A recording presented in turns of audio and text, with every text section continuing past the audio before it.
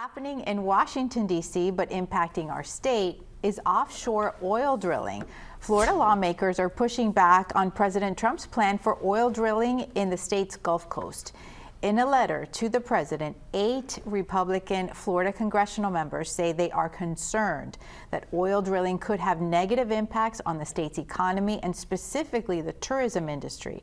Among the lawmakers who signed the letter are Tampa Bay Representatives Vern Buchanan and Laurel Lee, but also is the Representative Byron Donalds, who currently has Trump's endorsement in Florida's governor's race. And some people might be very surprised by that. Janelle, I'd like to start with you. There tends to be in this presidential administration an understanding that you're either with the president or you're against him. Mm-hmm. So it is fascinating to some degree that Byron Donalds is, in a sense, opposing him. But I think on this, I think he's made a calculus that the president can be moved. And it is a critical issue for the state of Florida. I don't remember the exact numbers because it was so long ago. But, you know, when the BP oil spill happened, right, that just crippled tourism in the state of Florida, and not just in the areas that were impacted.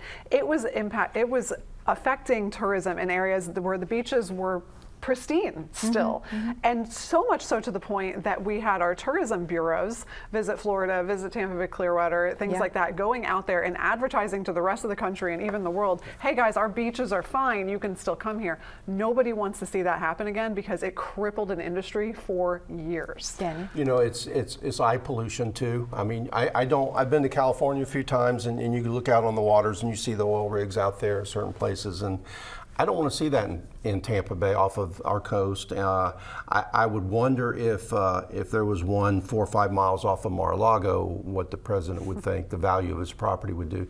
You know, we look at locally, Apollo Beach is a great example in West Central Florida. Mm-hmm. You can live on the water in Apollo Beach fairly reasonably because you have industry just to your north. That kind of is in the way. It's kind of an eyesore. And in some cases, you got to have it. Mm-hmm. Well, what's going to happen in Tierra Verde when there's an oil rig 6 miles or 4 miles off the coast?